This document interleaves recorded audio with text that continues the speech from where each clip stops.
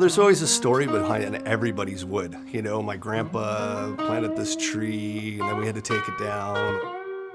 Or my uncle cut this tree down and I want to make a guitar out of it because my uncle is no longer with us and this wood was in his garage. Those are the perfect candidates to build guitars out of. Then it's got a story, the guitar. So the story starts and it just makes the guitar that much better as you're making it.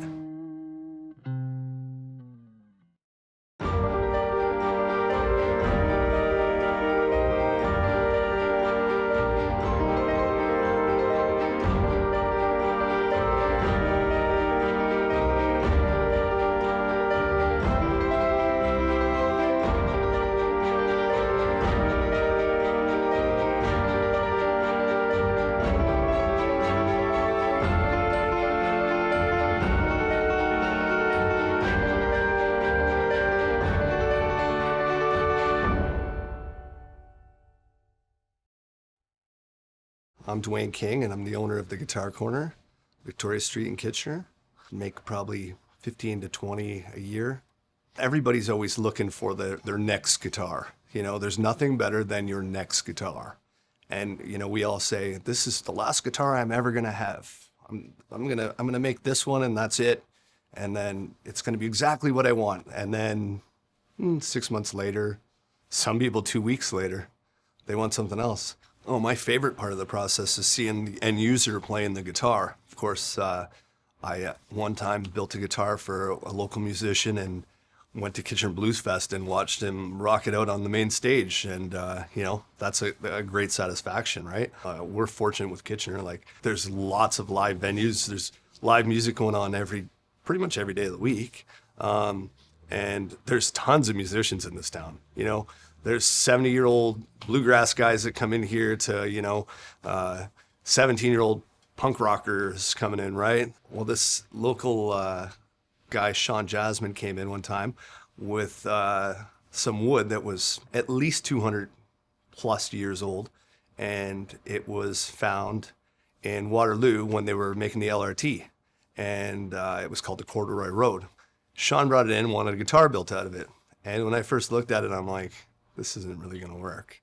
The wood was so old, when we tried to cut it, it just turned into dust. So we made it really strong by, you know, putting some like resin and stuff into the wood. And we spliced it and then we laminated it to another piece of wood and made it into a guitar. And I personally thought the guitar was not really gonna sound that good because didn't have any characteristics that I was used to that would make it resonate, make it actually sound good.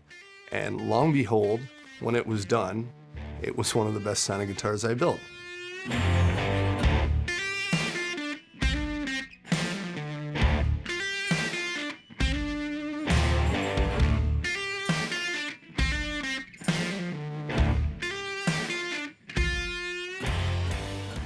When I'm choosing the wood for a neck, I try to find stuff that is highly figured, so the detail in the wood. So when I'm sticking my jig on the wood, this is where my name is going to go. So I'm going to make sure that where the name of the guitar is going to be in the most detailed position on the wood. So if you look here on the wood, it's totally has the most amount of figuring that this whole piece has. After the neck is cut out, we would make a fingerboard for it.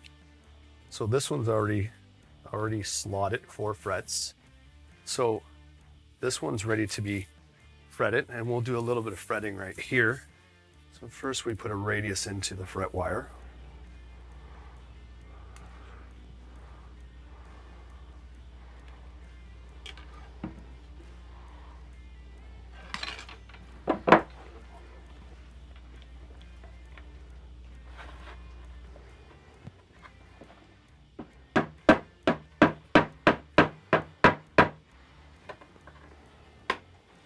So that would totally be glued onto our neck and will totally look like this. This is actually The same board here has this, and it is the same fingerboard from the same wood. So let me get into guitar bodies.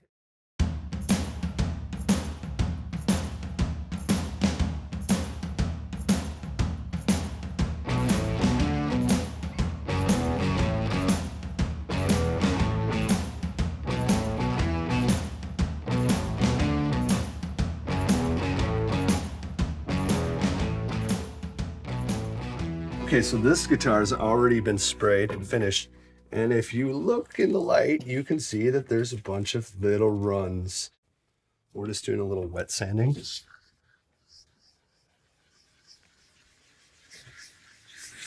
And I'm totally gonna wet sand the whole guitar before I spray it for the last time.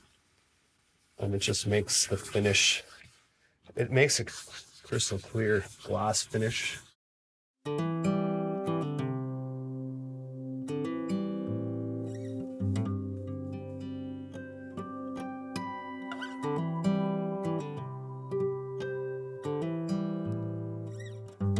My uncle was a guitar maker, a musician, had a TV show for years on CKNX up in Wingham. He owned a music store, so when I was younger, any day that I could get to Wingham to the music store and hang out with my uncle, I was jumping in cars that were going there. I wanted this one guitar, Fender Telecaster, had to have a Fender Telecaster. And my parents, and I had no money, I was a kid, I was like 14, right? And he totally told me, there's a wood store down in Cambridge, go buy the wood, bring it up, and we'll make the guitar. So we totally did. I went down to Cambridge, got the wood, went up there, and within a year, took a year because, you know, I could only get up there for so many hours and he was always busy. And so we made the guitar. After I made the first one, it just started snowballing. It was like, okay, now I know how to do this, let's start doing it. So ever since then, I've been making guitars.